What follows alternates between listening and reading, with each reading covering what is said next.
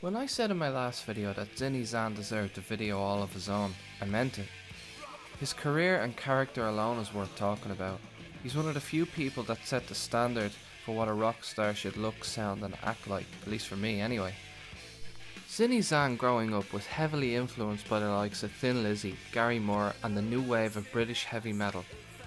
He was in a number of bands growing up before he eventually joined easyaction and made it big. Easyaction became the first Swedish band ever to sign a worldwide record deal, releasing 2 albums, Easyaction in 1983 and That Makes One in 1986. We had Zinny Zan on vocals, Key Marcello on lead guitar, Chris Lynn on rhythm guitar, Freddie Van Gerber on drums and Alex Tyrone on bass. Back in the 1980s, if you wanted to stand any chance of making it as a rock star, your image had to be as interesting as the music you were playing, because back then, image was just as important.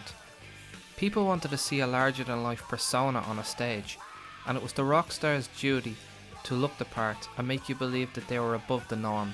Big hair, makeup, cool, unique and effeminate clothes were all essential, and Easyaction had the full package. This is one of Easyaction's first videos for their song We Go Rocking. After being beat up by a local street gang in an abandoned factory, Zinny Zan breaks free of his shackles and using the power of rock uses his explosive vocal energy to break through a brick wall and flee the scene. The dirt bike riders are now out to get him and the Easyaction gig has gone ahead without him. Zinny's thinking, shit, I gotta get to the gig, and decides to get on a bike and wear a helmet for the rest of the video. Yeah. Seriously though, I'd love to know the genius who thought hiding the lead singer's face for the entirety of their first music video was. That was a fantastic idea, wasn't it? Anyway, the chase is on. Here we see Inspector Gadget busy stuffing his face when the chase whizzes by him. He gets in his car and joins the pursuit. Zinny loses the people chasing him, but not Inspector Gadget. I do like the ending of the video though. You know why? Because Zinny takes his fucking helmet off and we can see what he looks like. To be fair though, it is a cool video. They ended up trying to sue Poison for allegedly ripping it off in their song for I Want Action. While I will admit that the two songs sound similar, so do a lot of other songs, and I don't believe it was intentional. There are a limited amount of chord progressions on a guitar, there's only so much you can do, and songs sounding similar, it happens all the time because of this. I can't talk about Easyaction and not mention their role in the movie Blood Tracks, a low-budget 80s slasher movie. Easyaction all starred and acted in this film. They even wrote the theme song, Blood Tracks in the Middle of Nowhere. The movie is about a mother who flees her home with her 4 kids after killing her husband. Even though it was self-defense, she takes the kids and fucks off with them to a no-name mountain town called High Ridge. But they haven't been living there so much as they've been squatting in the depths of its abandoned factory, turning somewhat feral. No one had discovered the family was there till Solid Gold, aka Easyaction, comes to town to shoot a music video. Their extras start snooping about, director spots the factory and thinks it's the perfect spot to shoot, and that's where we see our boys, Easyaction. The snow starts getting in the way of the video shoot, then an avalanche happens and blocks the roads. They call it a day and head back to the cabins and start to party. Then, one by one, people start getting picked off. I don't want to reveal too much more, but it's worth watching. Just for the one-liners and bad acting alone. Yeah, I'm gonna freeze my tits off. Who told you snow was warm, baby? Hello, Creighton, are you there? I read you, John. Thank Christ. Listen, I want you up here now with guns. I'm on my way, John, but all I've got is my handgun. That's bad. I got things going on here you wouldn't believe. What's that?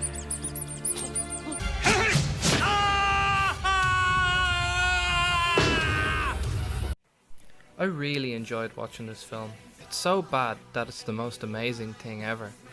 Its VHS quality brought back happy memories of going to the video shop when I was a kid, looking around and taking a risk on something that might be crappy. For nostalgia's sake, I highly recommend watching it. Zinny Zan wanted to try make it in America with Easyaction, but the rest of the band had their reservations, which was what eventually led to Zinny's departure from Easyaction. Easyaction would continue to make music without Zinny, and he would go on to join Kingpin, which eventually evolved into Shotgunmessiah. Easyaction would eventually split up when the guitarist and band leader Key Marcello quit the band to join Europe, the guys who wrote Final Countdown and Rock the Night. Shotgunmessiah went on to have a modicum of success in America with their self-titled album, but due to creative differences and personal reasons, Zinny Zan left Shotgunmessiah and headed back home to Sweden. Shotgunmessiah would continue making music without Zinny. Zinny would take a 5-year hiatus from music to look after his personal health and deal with family issues, the death of his father, the divorce from his wife, and his sister's bout with cancer. We wouldn't see him again until 1994 when he formed zanclan and released Citizens of Wasteland. This album had such potential to be great, and when I first heard it, I thought it was brilliant. I loved the title track Citizens of Wasteland and Call of the Wild, but if I'm honest, there are many things wrong with this album. Firstly, it sounds like it's badly mixed, which in turn makes the whole album lack punch. Secondly, this album came out in 1994, and by then, an album with this kind of sound unfortunately didn't stand a chance of having chart success. But in the 2000s, there was a new wave of Swedish sleaze. Basically, it was a glam metal revival. Bands like Crash Diet, Sister and Danger were popping up all over the place. MySpace had given birth to a new era of rock. And it was in this era that Zinny Zan regained a foothold in rock and roll, releasing a solo album, City Boy Blues, in 2002. Zanclan made a return as well in 2006 with a much better album. It had so much energy and punch to it that it made up for what Citizens of Wasteland lacked. The first track, Go Go Go, the minute you hear that opening and the word outlaw, you know you're about to hear something amazing.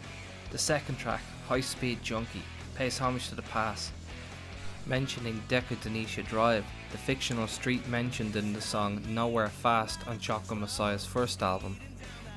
In 2009 he reunited with easyaction, and most recently he reunited with Styx Galore and reformed a version of Shotgunmessiah called Shotgun, and they kick ass. He also released a song under his real name, Bo Stagman, called The New Age of Rock and Roll, and that's worth checking out too. He's also working on a tell-all autobiography.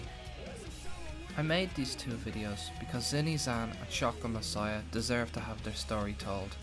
They never got a VH1 behind the music, and I haven't found anyone else who's made a decent review on them. I don't want them to fade into obscurity, so I made it. I made it for me, I made it for the fans, I made it for the rock lovers that have yet to discover them. Shotgun and Zinny Zan are one of my all-time favourites, and if I can turn at least one person onto them from the videos I've made, then it's all worth the time and effort I've put in. Thank you so much for watching.